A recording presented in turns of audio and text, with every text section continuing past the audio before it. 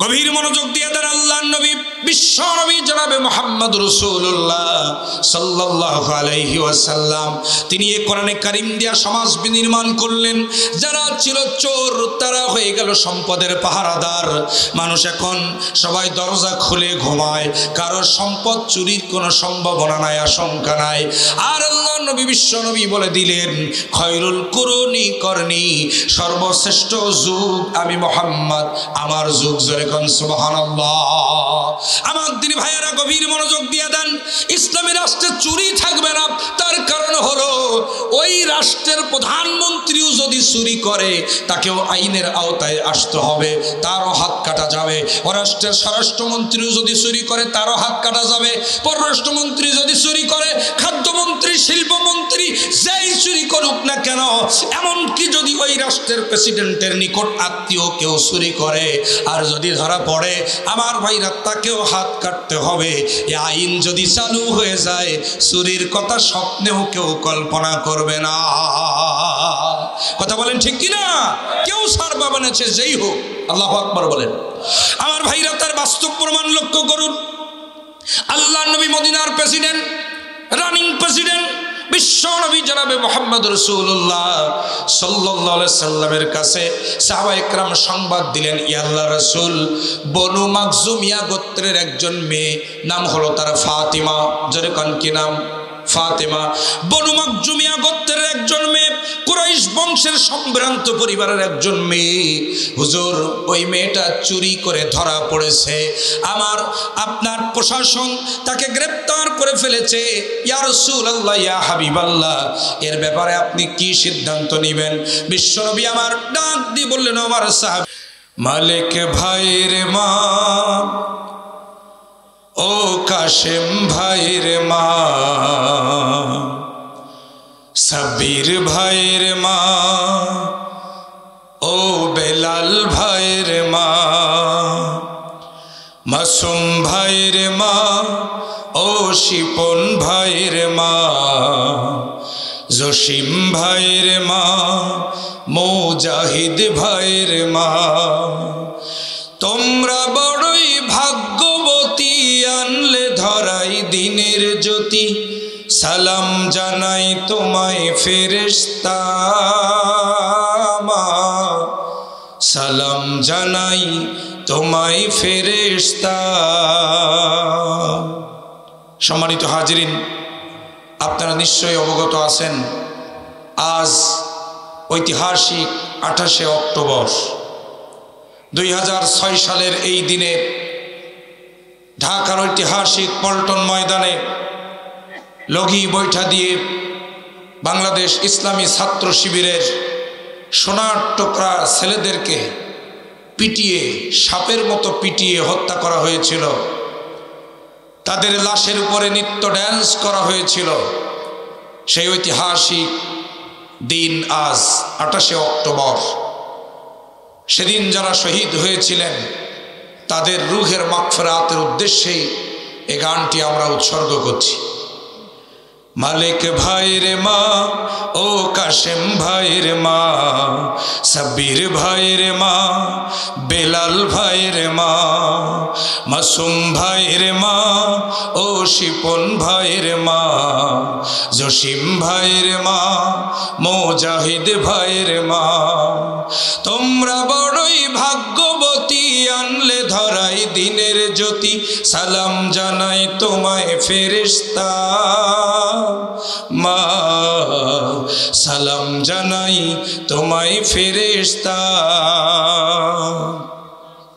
কেউ হারিয়ে ছেলে আর কেউ হারিয়ে ভাই, কেউ হারিয়ে দিনের সাথী নিশ্চয় ধরায়। কেউ হারিয়ে ছেলে আর কেউ হারিয়ে ভাই, কেউ হারিয়ে দিনের সাথী নিশ্চয় ধরায়।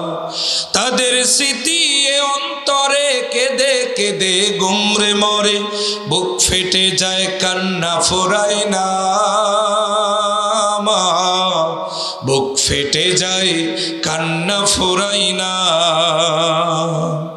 মালিক ভাইয়ের মা, ও কাশেম ভাইয়ের মা, সাব্বির ভাইয়ের মা, ও বেলাল ভাইয়ের মা, মাসুম ভাইয়ের মা, ও শিপন ভাইয়ের মা, জসিম ভাইয়ের মা, মুজাহিদ ভাইয়ের মা।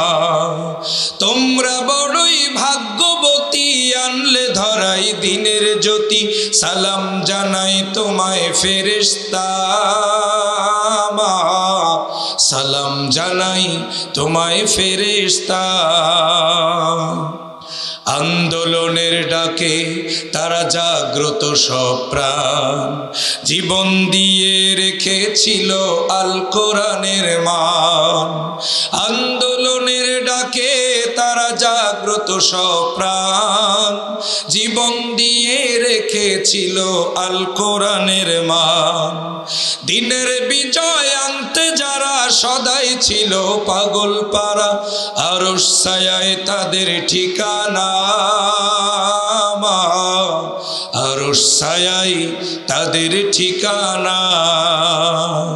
মালিক ভাইয়ের মা, ও কাশেম ভাইয়ের মা, সাব্বির ভাইয়ের মা, ও বেলাল ভাইয়ের মা, মাসুম ভাইয়ের মা, ও শিপন ভাইয়ের মা, জসিম ভাইয়ের মা, মুজাহিদ ভাইয়ের মা।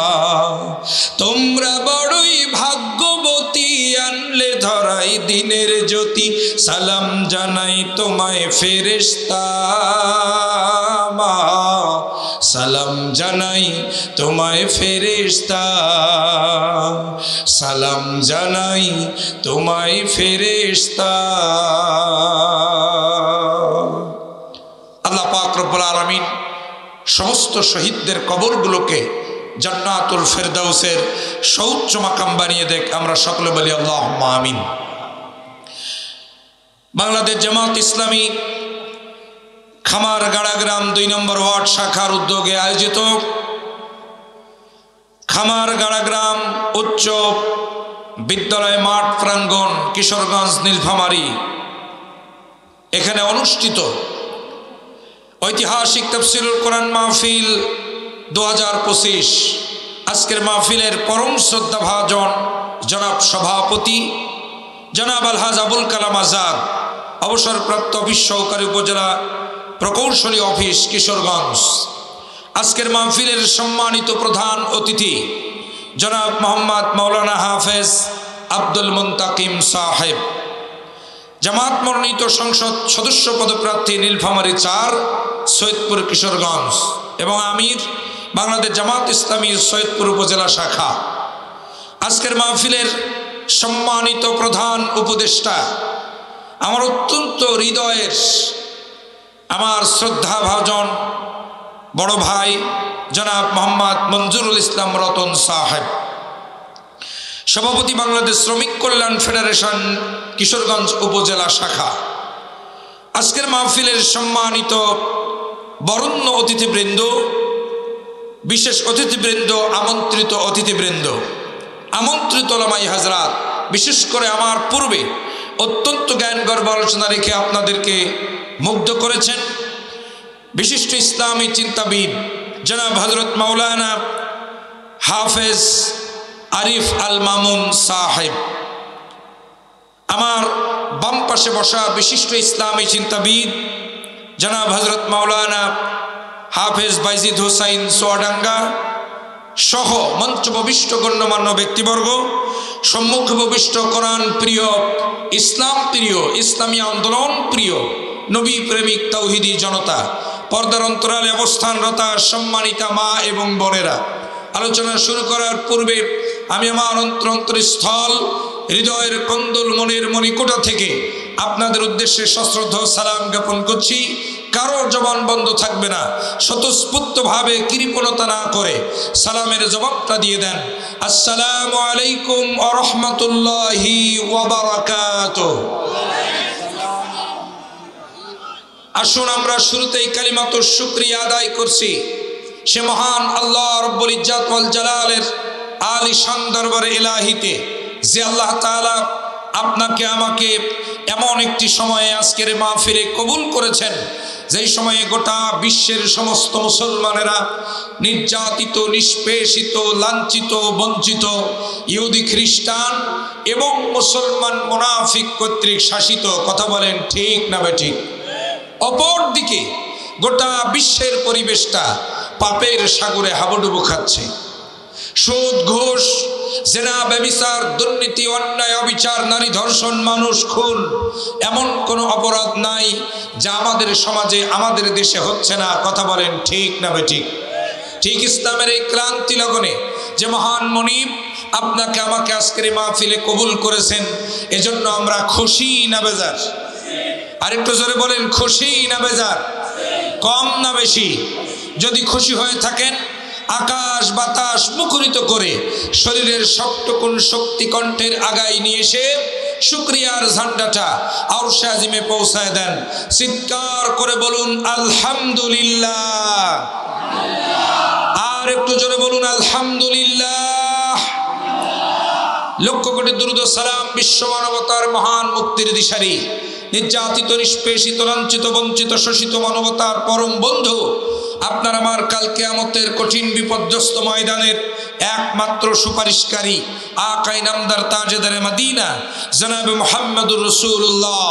সকলে বলুন সাল্লাল্লাহু আলাইহি ওয়াসাল্লাম। মাগফিরাত কামনা করছি, যুগে যুগে কালে কালে আল্লাহর জমিনে আল্লাহর দিন প্রতিষ্ঠার আন্দোলন করতে গিয়ে বুকের তাজা রক্ত জমিনে যারা ঢেলে দিয়েছেন এবং অত্র এলাকার মাটির নিচে যত মুমিন মুমিনাত শায়িত হয়েছেন, আল্লাহ রাব্বুল আলামিন যেন প্রত্যেকের কবরগুলোকে জান্নাতুল ফেরদাউসের সর্বোচ্চ মাকাম বানিয়ে দেন। আমরা সকলে বলি আল্লাহুম্মা আমিন। আরো জোরে বলুন আল্লাহুম্মা আমিন। সম্মানিত ভাইয়েরা, আমার শিব্বির আহমেদ ভাই যথার্থই বলেছেন যে মাহফিল যে সময় শেষ হয় সেই সময় প্রধান বক্তাকে ওঠানো হয়েছে, অর্থাৎ এখন মোনাজাতের সময়। কালকে আমার মাহফিল ছিল দিনাজপুর জেলার সিরির বন্দর থানা পুরাতন ভসির বাজার, ভসির বন্দর ফুটবল ময়দান। সেখানে আমরা মোনাজাত করেছি 11:45-এ। আর আজকের 11:45-এ এখনো আলোচনা শুরুই করতে পারলাম না। তো শুরু করতে একটু দেরি হলো, শেষ করতে যদি দেরি হয়ে যায় আপনারা আমাকে রেখে চলে যাবেন না তো? চলে যাবেন না তো? মোটামুটি ঘন্টাখানেক সর্বোচ্চ এর ভিতরে আমরা আলোচনা গুটিয়ে নেওয়ার চেষ্টা করব ইনশাআল্লাহ। কম সময়ে অনেক কথা শুনতে হবে, এজন্য ভূমিকায় মোটেও কথা লম্বা করব না, সরাসরি মূল আলোচনায় চলে যেতে চাই। আজকের আমি যে বিষয়টি সম্পর্কে আপনাদের মাঝে কথা বলতে চাই সে বিষয়টি হলো ইসলামী রাষ্ট্র প্রতিষ্ঠার উপকারিতা।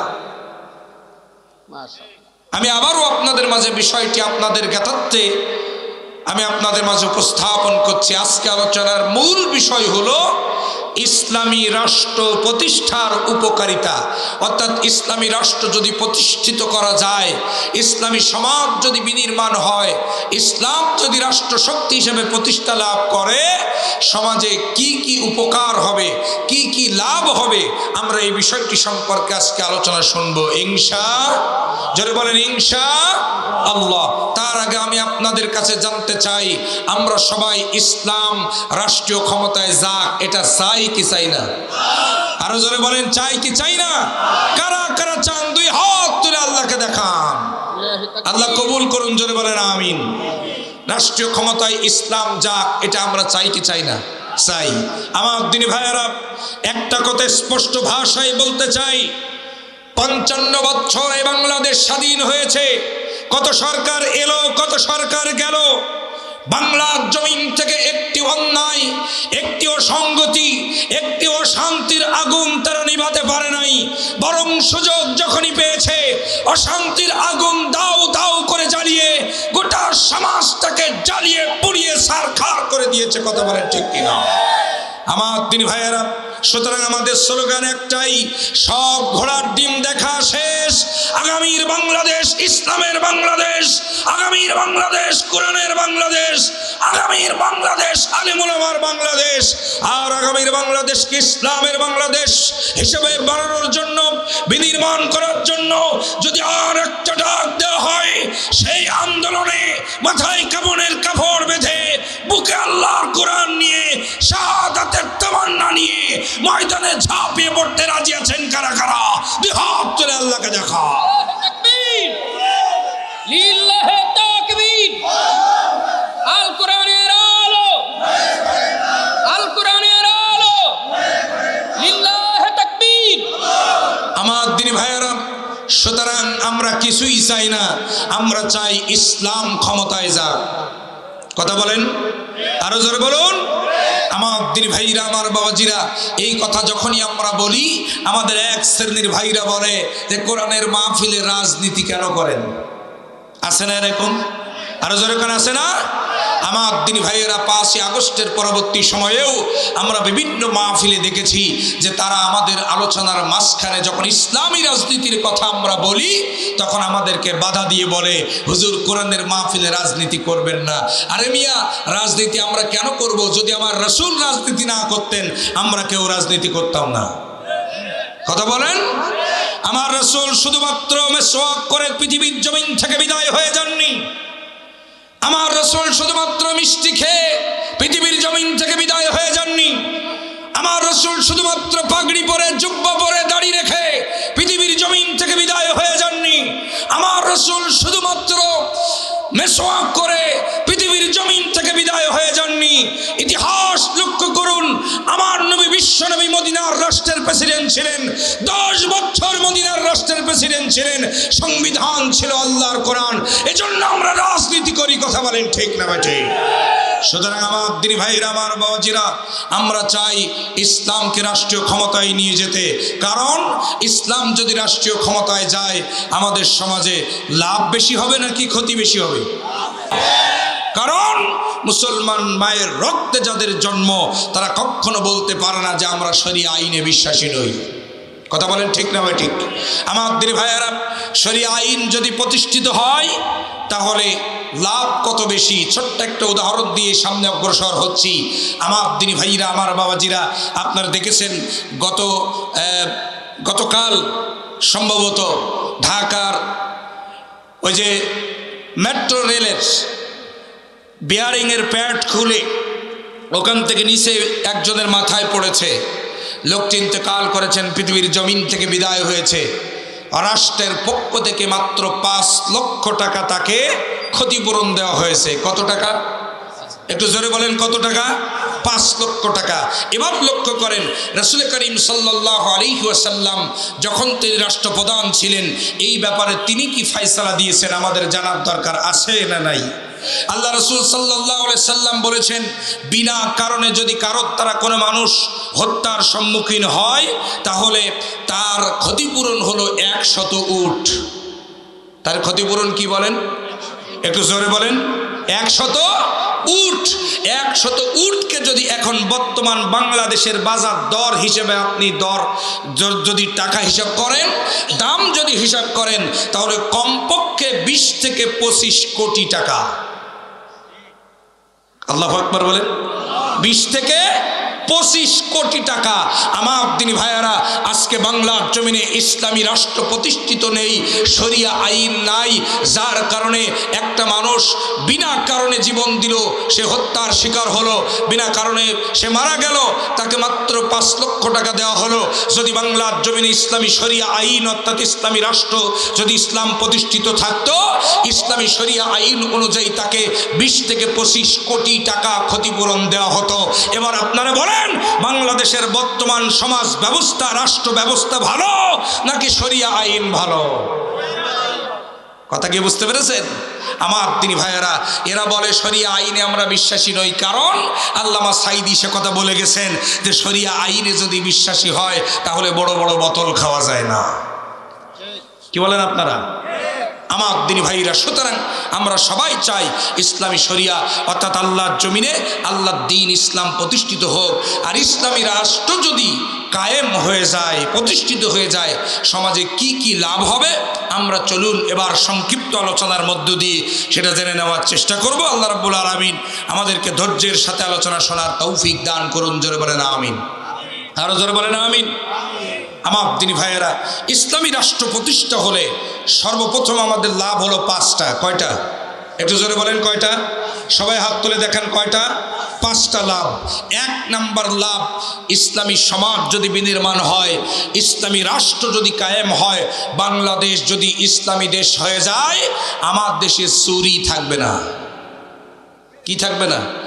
একটু জোরে বলেন কি থাকবে না? চুরি থাকবে না। আমার ভাইরা বলুন, আমাদের দেশে চুরি আছে না নাই? আরো জোরে কোন আছে না নাই? 5ই আগস্টের আগে ছিল, এই 5ই আগস্টের পরে এখন আর চুরি নাই।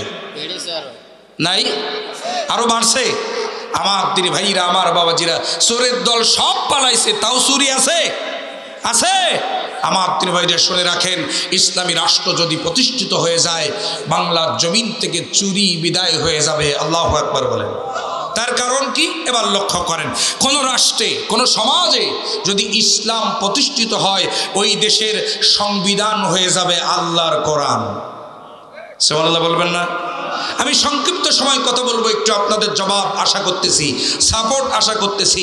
আমার দিনী ভাইয়েরা, যদি কোনো রাষ্ট্রে ইসলাম প্রতিষ্ঠিত হয়, ওই রাষ্ট্রের সংবিধান হবে কি? আরো জোরে বলেন কি হবে? আল কোরআন। এবং কোরআন অনুযায়ী বিচার করা হবে। আমার দিনী ভাইয়েরা, আমার বাবাজিরা, এই কোরআন কিন্তু শুধুমাত্র চুমুখে তাকের উপরে তুলে রাখার জন্য আল্লাহ নাজিল করেন নাই। ভুল বুঝবেন না। কোরআন আপনি চুমা খান, মুখে লাগান, বুকে লাগান, অসুবিধা নাই। কিন্তু কোরআন শুধু চুমুখে তাকের উপরে তুলে রাখার জন্য আল্লাহ পৃথিবীতে নাজিল করেন নাই। এ কোরআন দিয়ে শুধু মাহফিল করবেন, মিলাদ করবেন, এরপরে এ কোরআন দিয়ে খতমে তারাবি করবেন, এজন্য আল্লাহ পাক শুধুমাত্র পৃথিবীতে কোরআন নাজিল করেন নাই। আল্লাহ পাক কোরআন নাজিল করেছেন কি জন্য? আল্লাহ পাক রব্বুল আলামিন বলছেন যে আয়াতে কারিমা আমি আপনাদের মাঝে শুরুতেই তেলাওয়াত করেছি। আল্লাহ রব্বুল আলামিন বলেন, ইন্না আনজালনা ইলাইকাল কিতাবা বিল হক লিতাহকুমা বাইনান নাস। চিৎকার দিয়ে বলুন আল্লাহু আকবার। আল্লাহ রাব্বুল আলামিন বলেন, নিশ্চয় আমি আল্লাহ তাআলা এই কোরআনে কারীমকে পৃথিবীর জমিনে অবতীর্ণ করেছি সত্য সহকারে। এই কোরআনে কারীমের মধ্যে কোনো ভুল আছে নাকি? একটু জোরে বলেন আছে? সত্য সহকারে আমি কোরআনকে নাজিল করলাম, কোরআনকে অবতীর্ণ করলাম। কি কারণে? তোমরা শোনো, লিতাহকুমা বাইনান নাস, যাতে করে এই কোরআন দিয়ে হে রাসূল আপনি মানুষের মাঝে বিচার ফয়সালা করতে পারেন। জোরে বলেন সুবহানাল্লাহ। কোরআন দিয়ে যাতে আপনি মানুষের মাঝে বিচার করতে পারেন, ফয়সালা করতে পারেন, রায় প্রদান করতে পারেন, এজন্য আমি আল্লাহ তাআলা কোরআনকে পৃথিবীর জমিনে অবতীর্ণ করেছি। জোরে বলেন সুবহানাল্লাহ। আমার দিনী ভাইয়েরা, এবার লক্ষ্য করুন, কোন রাষ্ট্র যদি ইসলামী রাষ্ট্র হয়, ওই রাষ্ট্রের সংবিধান হবে আল্লাহর কোরআন। এবার আসেন, আমি বলেছি 1 নম্বর লাভ, ইসলামী রাষ্ট্র প্রতিষ্ঠা হলে চুরি থাকবে না। এবার আপনারা বলুন, আল্লাহর কোরআনে চোর যারা চুরি করে তাদের শাস্তির বিধান আছে না নাই? এত আস্তে বললেন যে, যারা জবাব দিলেন না তাদের মনে সন্দেহ আছে। আছে আছে আছে, আরো জোরে কোন আছে? আমার দিনী ভাইরা গভীর মনোযোগ দিয়ে দেন।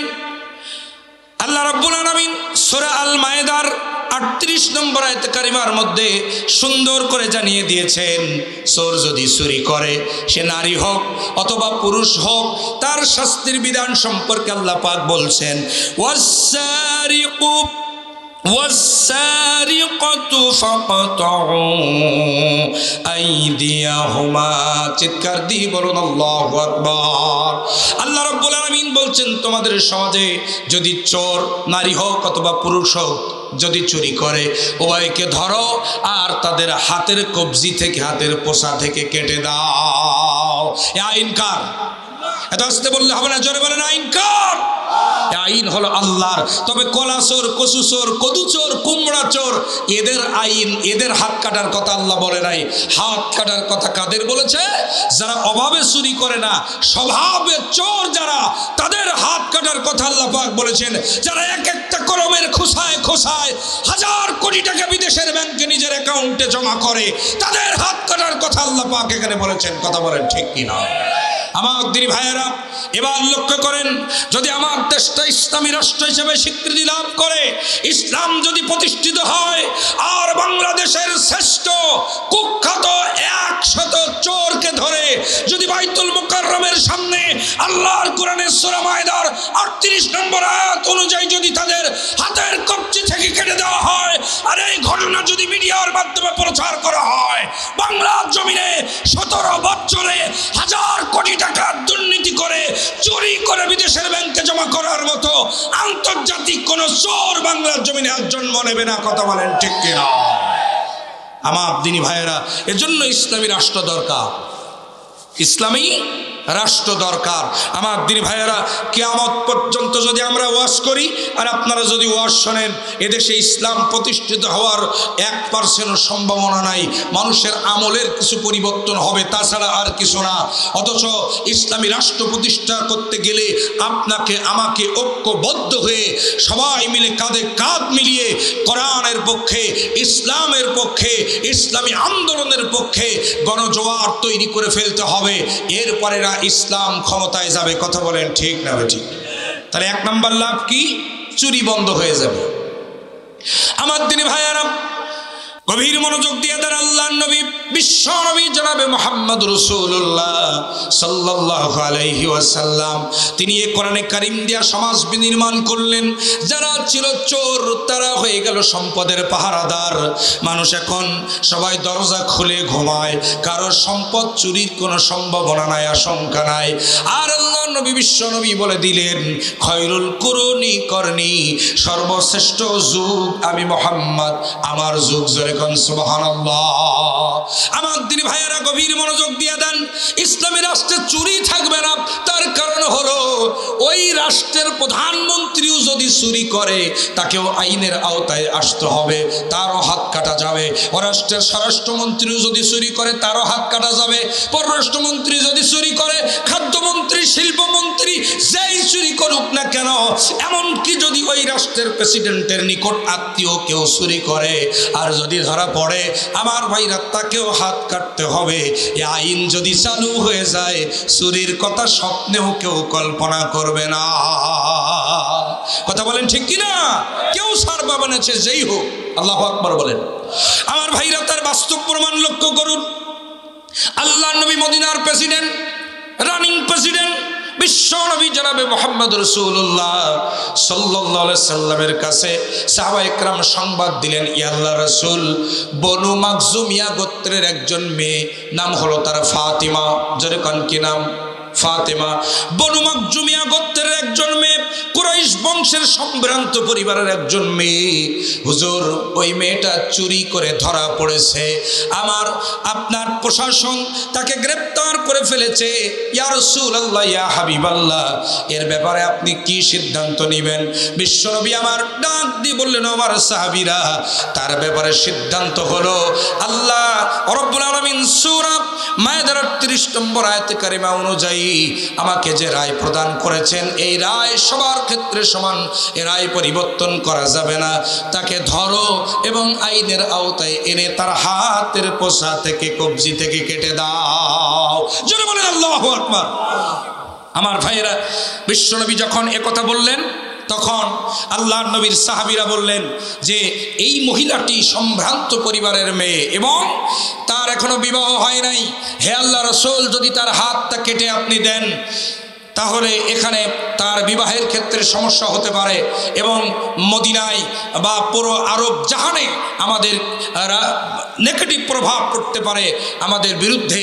এজন্য আপনি একটু ছোটোখাটো শাস্তি দিয়ে তাকে ছেড়ে দেওয়া যায় কিনা, এরকম সাহাবায়ে কেরামদের ভিতরে কথোপকথন চলছে। কিন্তু রাসূলের কাছে বলবে কে? এই সাহস আছে কার? আল্লাহু আকবার বলেন।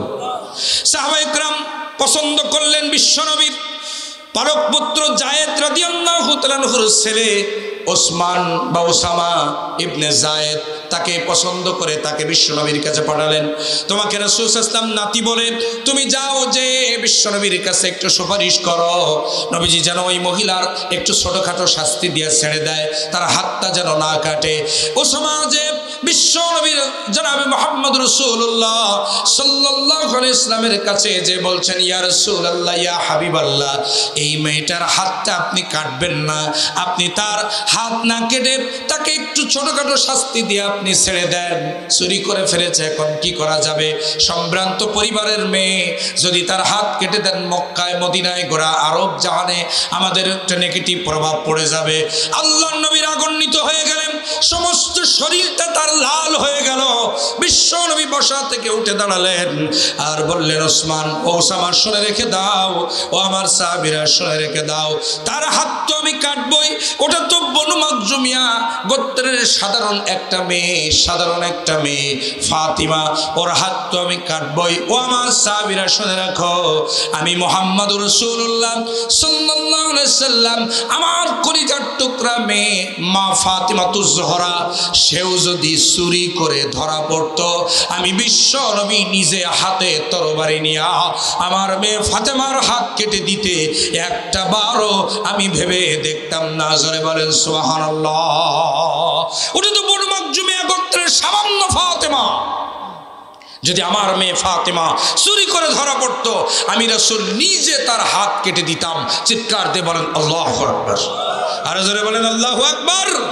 আমার দিনী ভাইয়েরা, এখান থেকে বোঝা গেল রাষ্ট্রীয় ইসলাম যদি রাষ্ট্রীয় ক্ষমতায় যায়, আমার ভাইরা অপরাধ যেই করুক, সে প্রেসিডেন্টের যত কাছের মানুষ হোক না কেন, আমার বাবাজিরা, আমার ভাইয়েরা, তার হাত কেটে দিতে হবে, তার অপরাধের শাস্তি তাকে ভোগ করতে হবে। এটাই ইসলামী রাষ্ট্রের প্রধান লক্ষ্য। কথা বলেন ঠিক না ঠিক? আরো যারা বলেন ঠিক কিনা?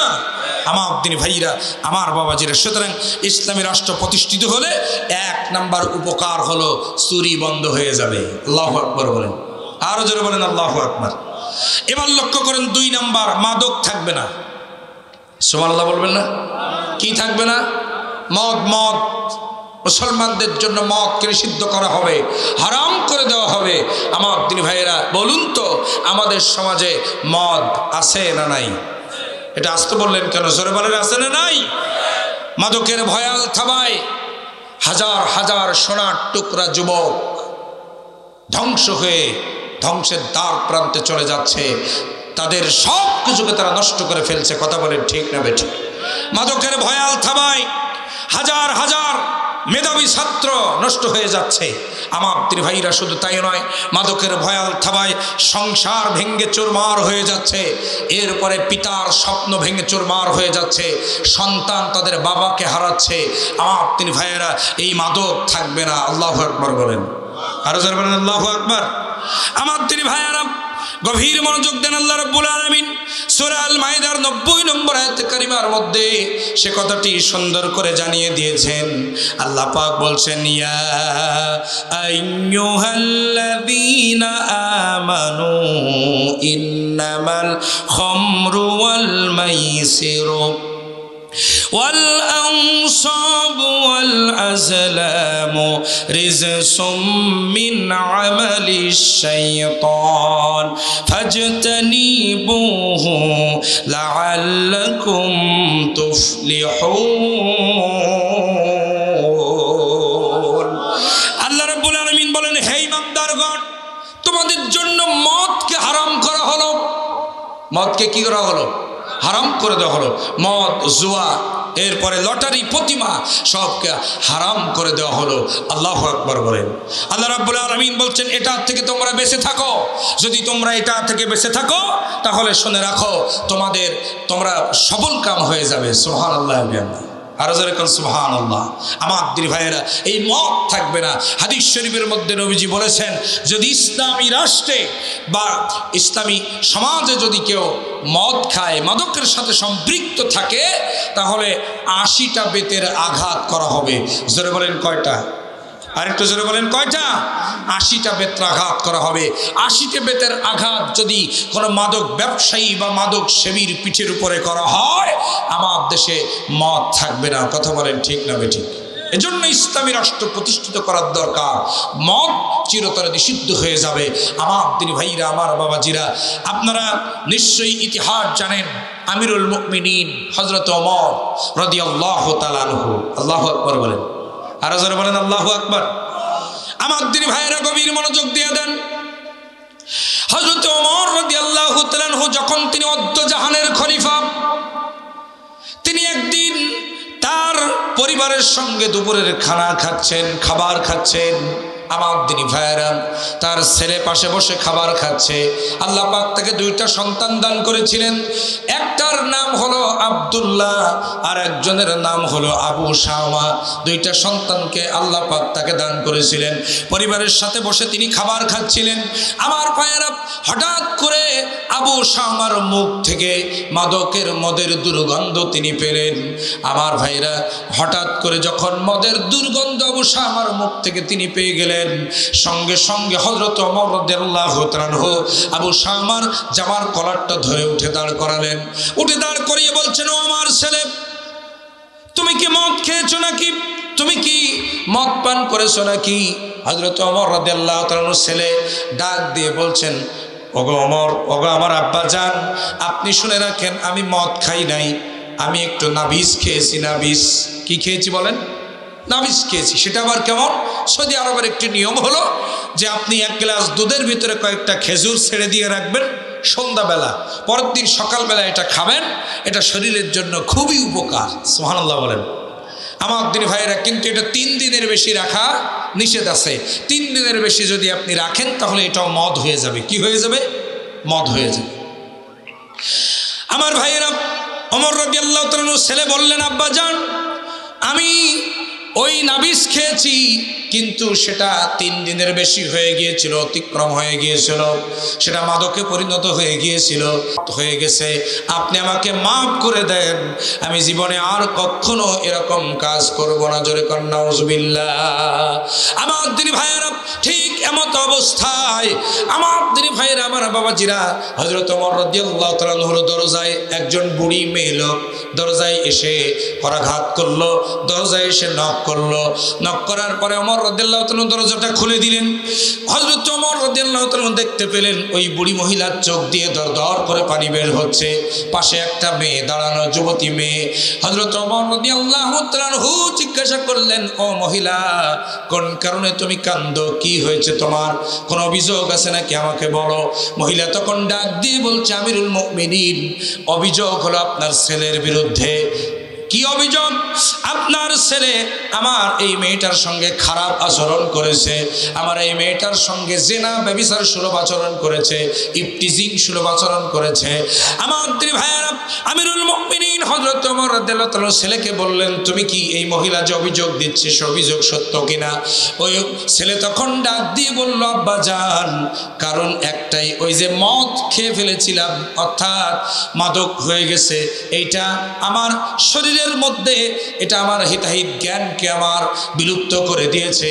আব্বা জান, যার কারণে আমার এটা হয়ে গেছে, আপনি আমাকে মাফ করে দেন, আমি আর কখনো এই কাজ করব না।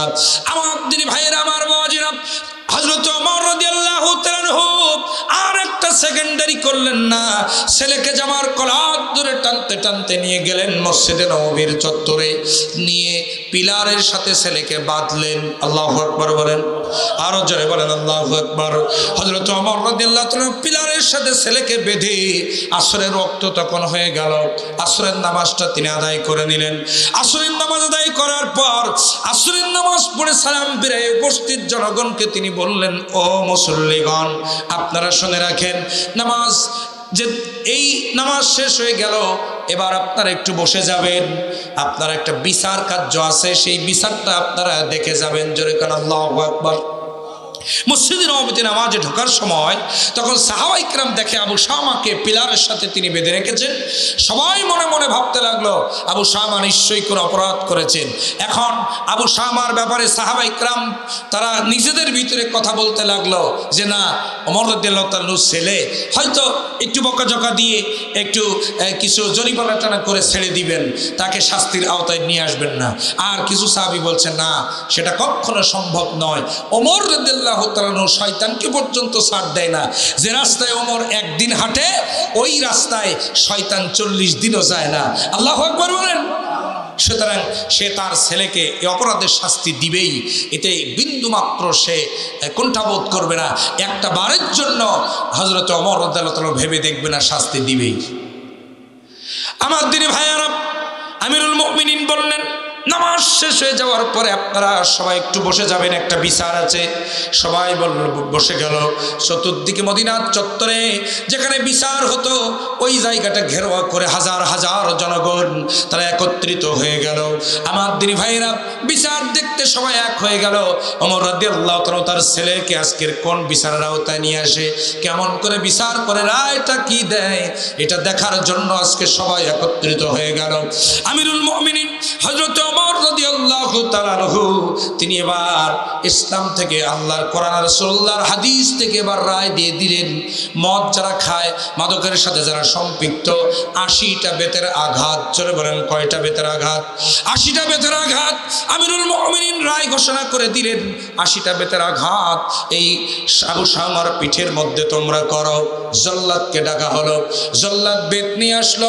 আমার তিনি ভাইয়েরা, বেত নিয়ে আসার পরে আমিরুল মুমিনিন বলেন, আমি এখানে স্টিল দাঁড়িয়ে থাকলাম, আমার ছেলে আবু শামার পিঠের মধ্যে 80টা বেতের আঘাত না করা পর্যন্ত আমি এখান থেকে নড়ব না।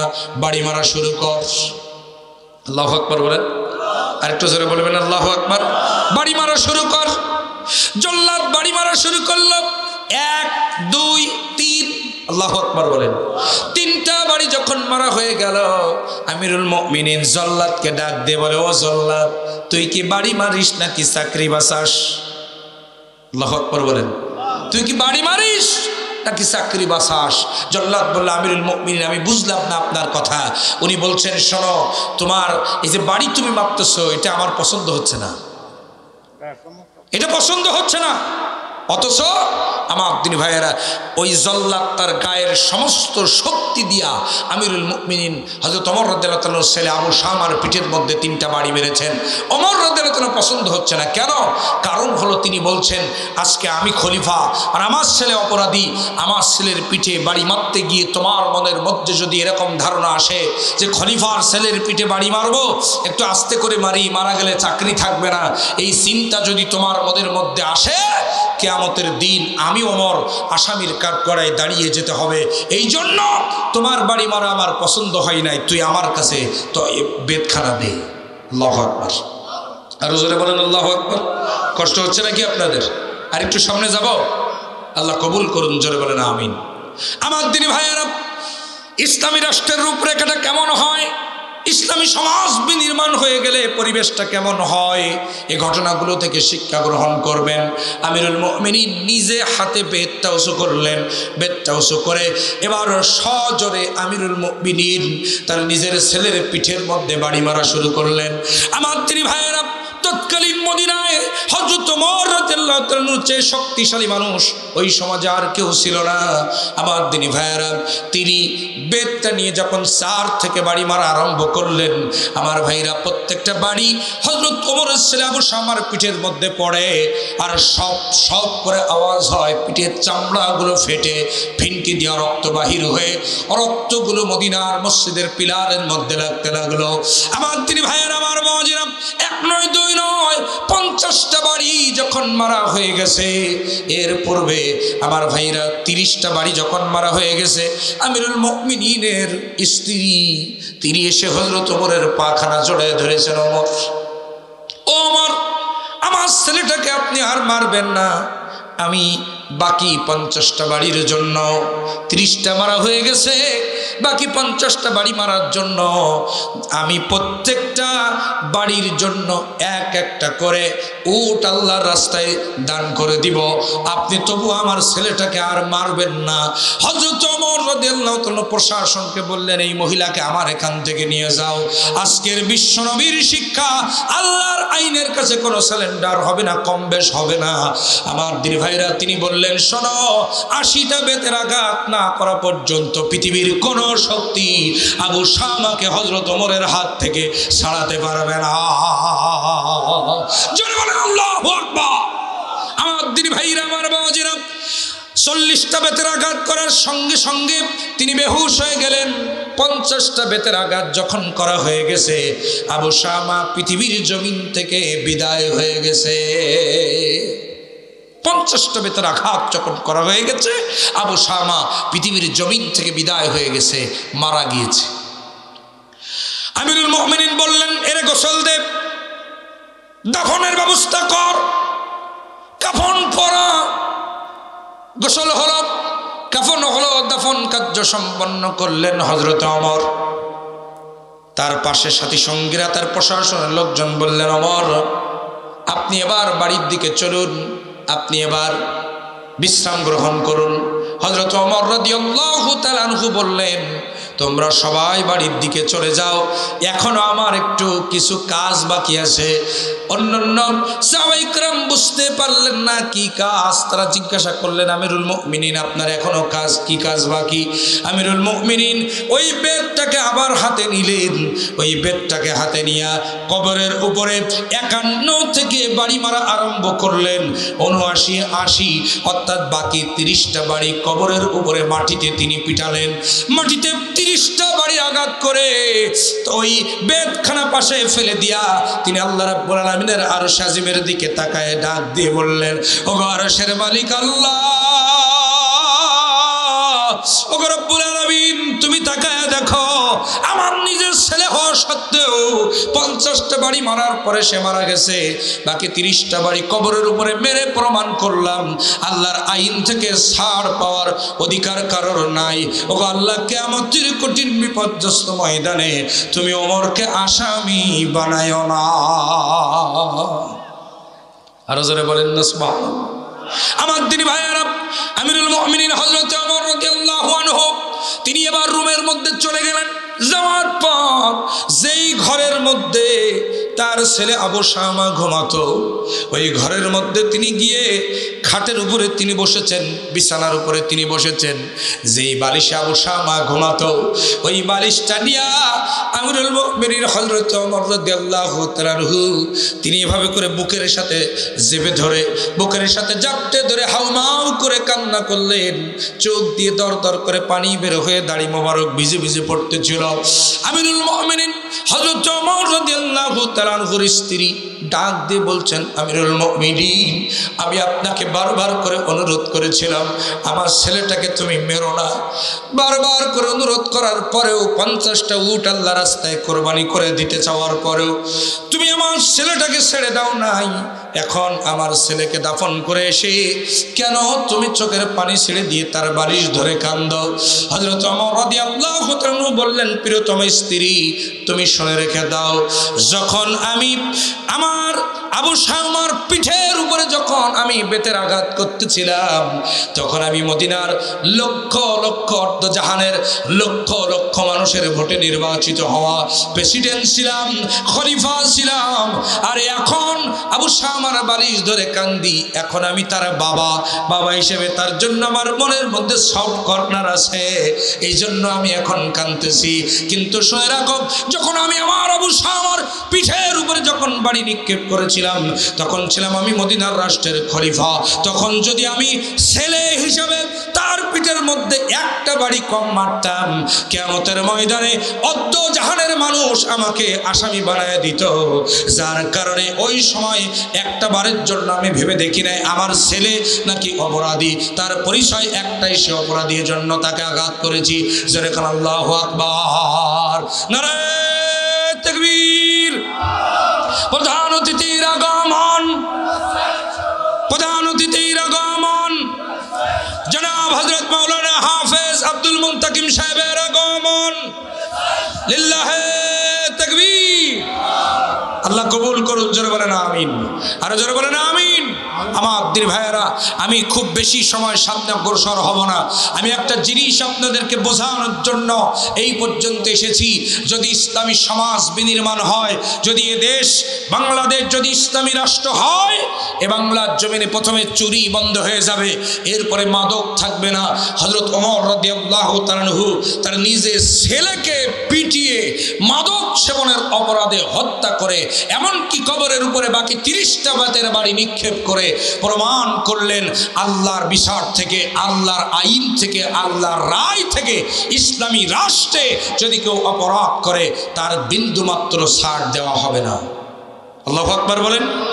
আমার দিনী ভাইয়েরা, যদি আমার বাংলাদেশ ইসলামী রাষ্ট্র হয়ে যায় আর বাংলাদেশের সুপ্রিম কোর্ট হাইকোর্টের সামনে অথবা বাইতুল মুকাররমের চত্বরে যদি 100 মাদক সেবী মাদক ব্যবসায়ীকে ধরে 80টা বেত্রাঘাত করে পিঠের চামড়া তুলে ফেলা হয়, আর এই ঘটনা যদি প্রত্যেকটা মিডিয়ায় প্রচার করা হয়, মাদক ব্যবসা করে তো দূরে থাক, মাদক সেবন করে তো দূরে থাক, ওপেন পাবলিক প্লেসে বিড়ি সিগারেট খাইতেও মানুষ ভয় পাবে। কথা বলেন ঠিক কিনা?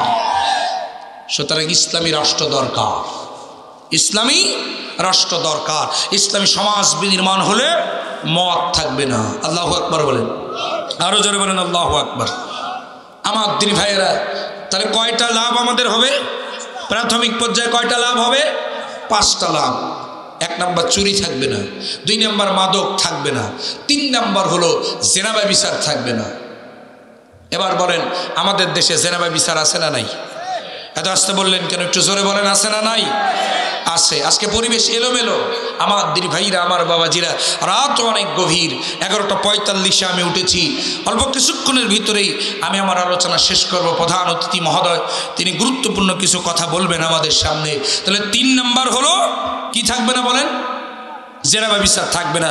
আজকের আপনি দেখেন মোড়ে মোড়ে, ঘাটে হাটে, বাজারে, কলেজে, ইউনিভার্সিটিতে, সব জায়গায় জেনা জেনা জেনা, ব্যভিচার ব্যভিচার ব্যভিচার, আছে না নাই? আছে। আমার দিন ভাইরা, এটার কারণ কি জানেন? এটার একমাত্র কারণ হলো আমার দেশে কোরআনের আইন না থাকা, আমার দেশটা ইসলামী রাষ্ট্র না হওয়া, যার কারণে জেনা ব্যভিচারে গোটা সমাজটা ছেয়ে গেছে। কথা বলেন ঠিক কিনা? এই জেনা ব্যভিচার মুক্ত সমাজ আমরা চাই কি চাই না? জোরে বলেন, চাই কি চাই না? যদি চাই, স্লোগান একটাই, আল্লাহর আইন চাই, সৎ লোকের শাসন চাই। কথা বলেন, আরো জোরে বলেন। আমার দিনী ভাইয়েরা, আল্লাহর আইন তথা কোরআন যদি সংবিধান হয়, সংসদ ভবনে যদি কোরআন যায়, আর সৎ লোকেরা যদি সেই কোরআনের প্রতিনিধিত্ব করে সংসদে, তাহলে কি হবে? এবার লক্ষ্য করেন, আল্লাহ রাব্বুল আলামিন বলছেন জেনা ব্যভিচার দূর হয়ে যাবে। সেটা কেমন করে? আল্লাহ পাক বলছেন সূরা নূর আয়াত নাম্বার 2, আল্লাহ পাক বলছেন আয-যানিয়াতু ওয়াজ-যানি ফাজলিদু কুল্লা ওয়াহিদিম মিনহুমা মিআতা জলদা। চিৎকার দিয়ে বলেন আল্লাহু আকবার, আরো জোরে বলেন আল্লাহু আকবার। আল্লাহ পাক রব্বুল আলামিন বলেন, শোনো, যদি কোনো জেনাকারিনী মহিলা আর যদি জেনাকার পুরুষ জেনা ব্যভিচার করে ধরা খায়, তাহলে তাকে শাস্তি হলো 2টা, 2 রকম শাস্তি। 1, যদি বিয়ের আগে জেনা করে তাহলে 80টা বেতের 100 বেতের আঘাত। কয়টা বেতের আঘাত? 100 বেতের আঘাত তাদের পিঠের উপরে করো। আর যদি বিয়ের পরে জেনা করে, অর্থাৎ জেনাকারিনী আর জেনাকার পুরুষ এবং মহিলা যদি বিবাহিত হয়, অবিবাহিত হয়, আমার দিনী ভাইরা, তাহলে আল্লাহ পাক বলছেন তাকে বুক পর্যন্ত মাটিতে পোতো, পাথর মারো ততক্ষণ যতক্ষণ সে মারা না যায়, অর্থাৎ পাথর মেরে তাকে হত্যা করো। এই আইনটা কার? তা আসতে বললেন কেন? একটু জোরে করে, আইনটা কার? আরো জোরে বলেন কার? আমার দিনী ভাইয়েরা, 2টা শাস্তি। একটা বিয়ের আগে জেনা করলে 100 বেতের আঘাত, বিয়ের পরে জেনা করলে বুক পর্যন্ত মাটিতে পুঁতে পাথর মেরে হত্যা। আপনারা বলেন, এই আইন কি বাংলাদেশে চালু আছে? এই আইন বাংলাদেশে চালু নয় বিধায় আমার দেশে 3 বছরের তানিয়া ধর্ষিতা হয়। কথা বলেন, বাগেরহাটের জমিনে 3 বছরের তানিয়া যখন ধর্ষণের শিকার হয়েছে, তাকে ধর্ষণ করার সময় তথাকথিত ছাত্রলীগের কুলাঙ্গার সোনার ছেলে নামে খ্যাত আমার ভাইরা, তারা যখন 3 বছরের তানিয়াকে বাগেরহাটের জমিনে ধর্ষণ করেছে, ধর্ষণ করার সময় তার লজ্জাস্থানটা ছোট হওয়ায় ব্লেড দিয়ে তার লজ্জাস্থান চিরে তাকে ধর্ষণ করে হত্যা করে তার লাশটা গাছের ডালে ঝুলিয়ে রেখেছিল। নাউজুবিল্লাহ বলেন। শুধু তাই, 88 বছরের সালেহা পর্যন্ত আমার দেশে ধর্ষণের শিকার হয়েছে। যেরকম নাউজুবিল্লাহ। আমার দিনী ভাইয়েরা, এর মূল কারণ হলো আমার দেশে কোরআনের আইন না থাকা, ইসলামী রাষ্ট্র না হওয়া, আল্লাহর বিধান আর সৎ লোকের শাসন না থাকা। কথা বলেন ঠিক কিনা? আমার বাংলার জমিনে যদি ইসলাম রাষ্ট্রভাবে প্রতিষ্ঠিত করা সম্ভব হতো, আল্লাহর কোরআন যদি সংবিধান হতো, আর সৎ লোকরা যদি সেই সংবিধান এর প্রতিনিধিত্ব করত সংসদ ভবনে, তাহলে সেখানে আইন পাশ করা হতো, যেভাবে বিচার করলে শাস্তি নির্ধারণ করা হতো, এবং ওই শাস্তি জনসম্মুখে যদি দেখানো হতো, বাংলার জমিনে ধর্ষণ করা তো দূরে থাক, লম্পট যুবকের রাতের স্বপ্ন দোষ বন্ধ হয়ে যেত। কথা বলেন ঠিক কিনা? আমার ভাইয়ের একজন ইসলামী রাষ্ট্র দরকার।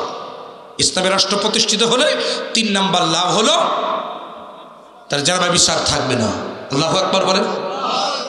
আমার দিনী ভাইয়েরা, আজকে আপনি এখান থেকে কিশোরগঞ্জ শহরে যাবেন, আপনার সঙ্গে আপনার স্ত্রী আছে, এমত অবস্থায় মাগরিবের আজান হয়ে গেছে, 5 মিনিট পরে নামাজ, পাশেই মসজিদ। আপনি আপনার স্ত্রীকে বলছেন তুমি একটু বাইরে দাঁড়াও, মাগরিবের নামাজ পড়তে আমার সর্বোচ্চ 5 থেকে 7 মিনিট সময় লাগবে। স্ত্রীকে বাইরে দাঁড় করায় রাখলেন, আপনি নামাজের জন্য চলে গেলেন। 5 থেকে 7 মিনিট পর আপনি এসে আপনার স্ত্রীকে অক্ষত অবস্থায় পাবেন, আপনার মেয়েকে, আপনার বোনকে অক্ষত অবস্থায় পাবেন। সে যে ধর্ষণের শিকার হবে না, এই গ্যারান্টি 55 বছরে বাংলার জমিনের দায়িত্বশীলেরা দিতে পারে নাই। কথা বলেন ঠিক কিনা?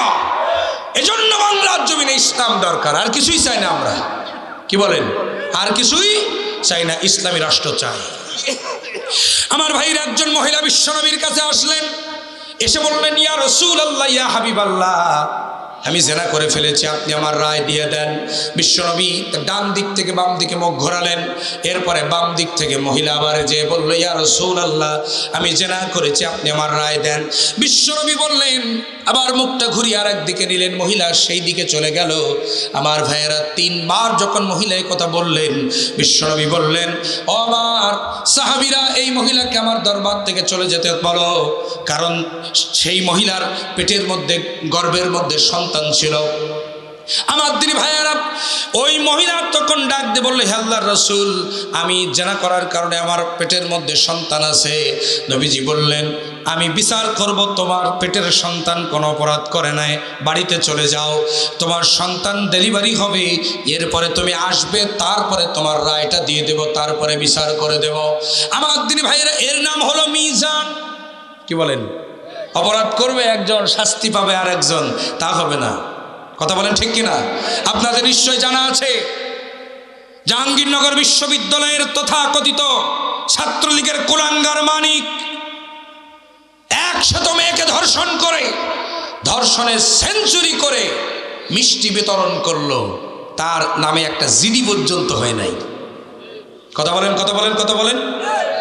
অথচ বাংলার জমিনের পৃথিবী বিখ্যাত শ্রেষ্ঠ মুফাসসির, 50টি বছর যিনি কোরআনের কথা বলেছেন গোটা পৃথিবীতে, যার হাতে হাত রেখে অসংখ্য মুসলিম কালেমা বলে মুসলমান হয়েছে, কোরআনের মাইনা পাখি আল্লামা দেলোয়ার হুসাইন সাইদিকে বিনা অপরাধে ধর্ষণকারী বানায়া 13 বছর জেলখানায় বন্দি রেখে অবশেষে ইনজেকশনের মাধ্যমে বিষ পুশ করে তাকে হত্যা করা হয়েছে। আমরা দেখেছি বিগত 17 বছরে চোর, ডাকাত, খুনি, বদমাইশ, ছিনতাইকারীরা বুক ফুলিয়ে ঘুরে বেড়াতো, আর কোরআনের হক্কানে আলেমেরা জেলখানার অন্ধকার কুটিরে তারা দিনের পর দিন, রাতের পর রাত তারা কাটাতো। কথা বলেন ঠিক কিনা? এটা তো মিজান না, এটা ইনসাফ না। নবীজি বললেন, তোমার পেটের সন্তান কোনো অপরাধ করে নাই, ডেলিভারি হয়ে যাবে, তারপরে আসবা। ইসলামী রাষ্ট্র হলে যারা ব্যভিচার থাকবে না, এটা বোঝানোর জন্য ঘটনাটা নিয়ে আসলাম।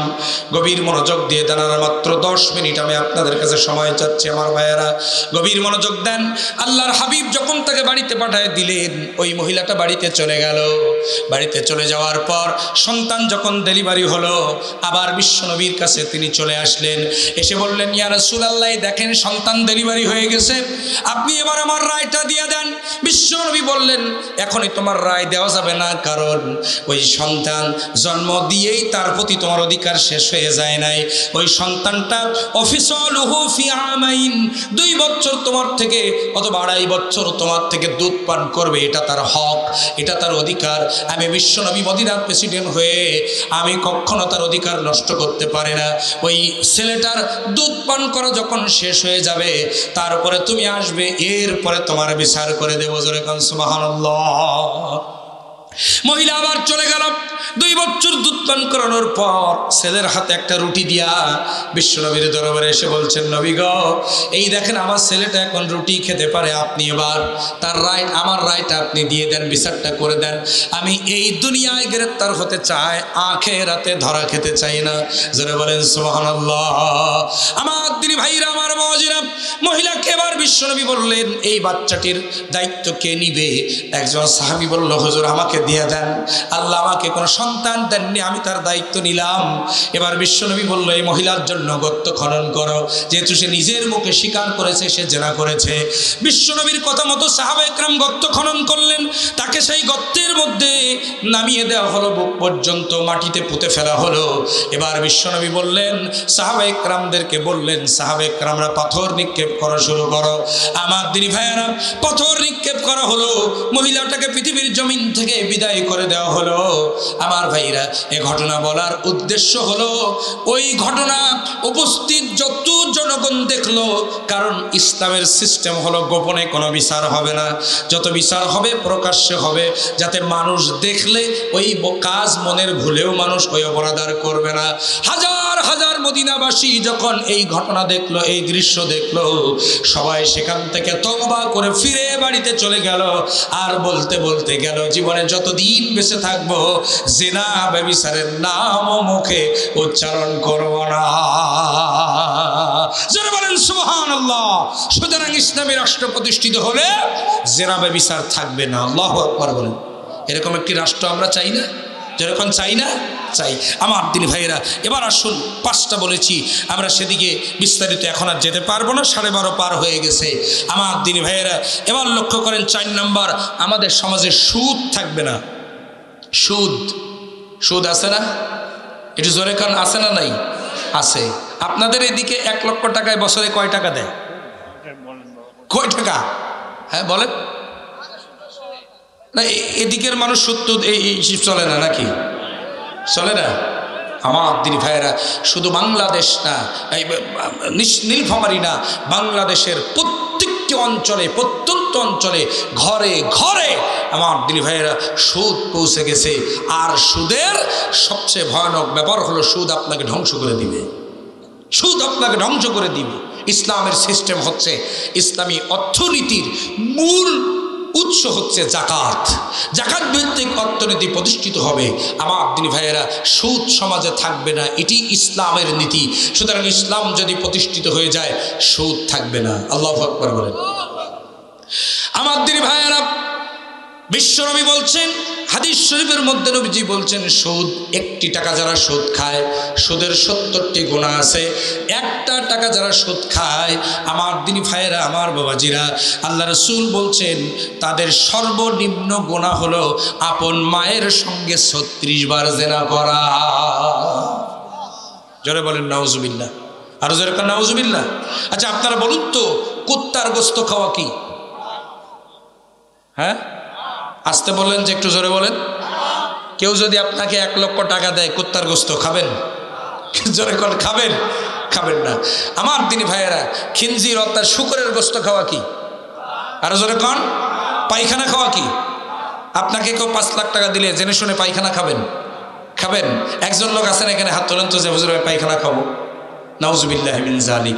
আমার দিনী ভাইরা, আমার বাবাজিরা, একটা কথা স্পষ্ট শুনে রাখেন, কুত্তার গোশত খাওয়া যেমন হারাম, শুকরের গোশত খাওয়া যেমন হারাম, আমার দিনী ভাইরা পায়খানা খাওয়া যেমন হারাম, ঠিক তেমনি সুদও হারাম, হারাম এবং হারাম। কথা বলেন ঠিক না বেঠিক? এই সুদ থাকবে না। আমার দিনী ভাইরা, সুদ এটি এত খারাপ জিনিস। আমার ভাইরা, গরিব মানুষকে একেবারে নিঃস্ব বানায় দেয় আর ধনী ব্যক্তিকে শিল্পপতি বানায় দেয়। ইসলামের এটা নিয়ম না। শুনে রাখেন, ইসলামের নিয়ম হলো জাকাতের অর্থগুলো রাষ্ট্রীয়ভাবে কালেকশন করা হবে এবং যারা জাকাত পাওয়ার যোগ্য তাদেরকে এক একটা কর্মস্থল তৈরি করে দেওয়া হবে, কারো দোকান করে দেওয়া হবে, কারো ভ্যান কিনে দেওয়া হবে। আমার দিন ভাইরা, আমার বাবাজিরা, এটা যদি করা হয় তাহলে জাকাত নেওয়ার মতো লোক আমার ভাইরা থাকবে না। কি বলেন? আমার দিনী ভাইয়েরা, আপনি যদি একটা মানুষ অসহায়, জাকাতের অর্থ থেকে ইসলামী রাষ্ট্রের ব্যবস্থাপনায় আপনি যদি তাকে একটা দোকান করে দেন, আমার দিনী ভাইয়েরা, ওই লোকটা যদি 5টা বছর ওই দোকানটা চালায়, আমার ভাইরা 5 বছর পর ওই লোকটা নিজেই আরো 5 জনকে জাকাত দেওয়ার মতো অ্যাবিলিটি তার তৈরি হয়ে যাবে।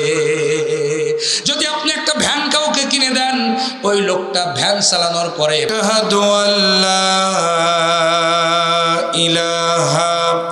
বছর ভ্যান চালাবে, এই টাকাগুলো দিয়া অন্যান্য আরো ব্যবসা করবে।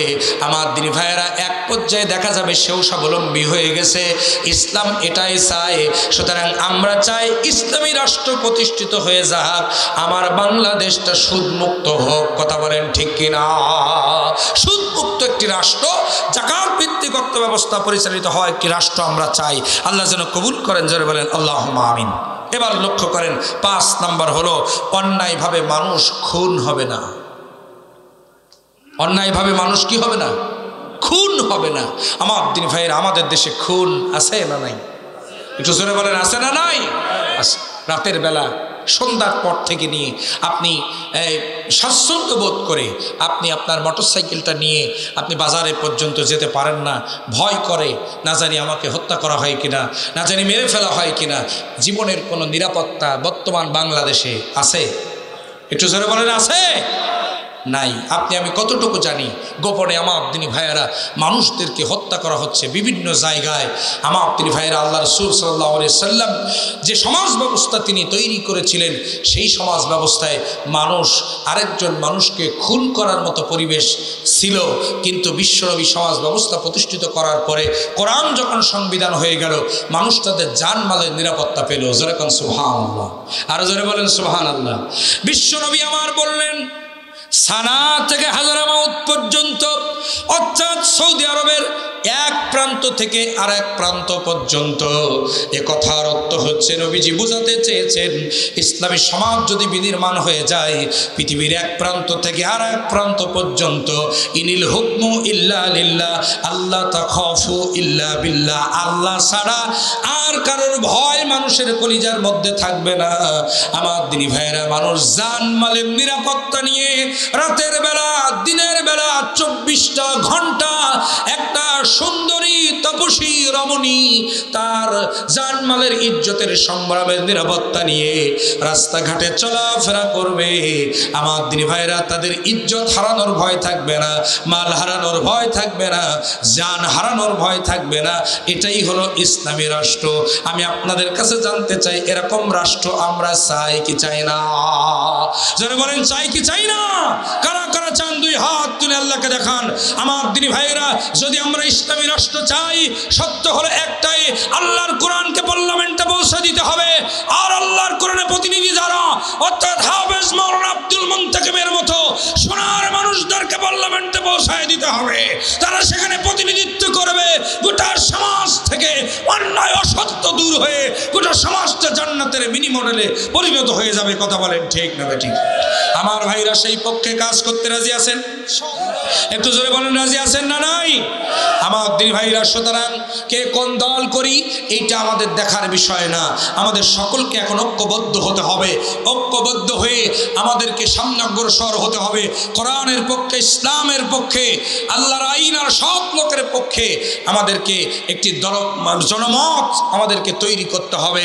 আমরা যদি এদেশে শান্তি চাই, আমরা যদি এদেশে মুক্তি চাই, ইসলামী সমাজ যদি বিনির্মাণ করতে চাই, আমার দিনী ভাইয়েরা, এর চেয়ে আরও অনেক লাভ আমাদের সমাজে আছে। ইসলামী রাষ্ট্র বিনির্মাণ হলে আপনারা সেটা বুঝতে পারবেন। তাই আসুন আজকের এই সংক্ষিপ্ত আলোচনার মধ্য থেকে আমরা শিক্ষা গ্রহণ করি, আগামী রাষ্ট্রকে ইসলামী রাষ্ট্র বানানোর জন্য নিজেদের মধ্যে সব ভেদাভেদ ভুলে গিয়ে আমরা সকলে কাঁধে কাঁধ মিলিয়ে, হাতে হাত মিলিয়ে, ঐক্যবদ্ধ হয়ে কোরআনের পক্ষে আমরা কাজ করব। পারা যাবে না ইনশাল্লাহ?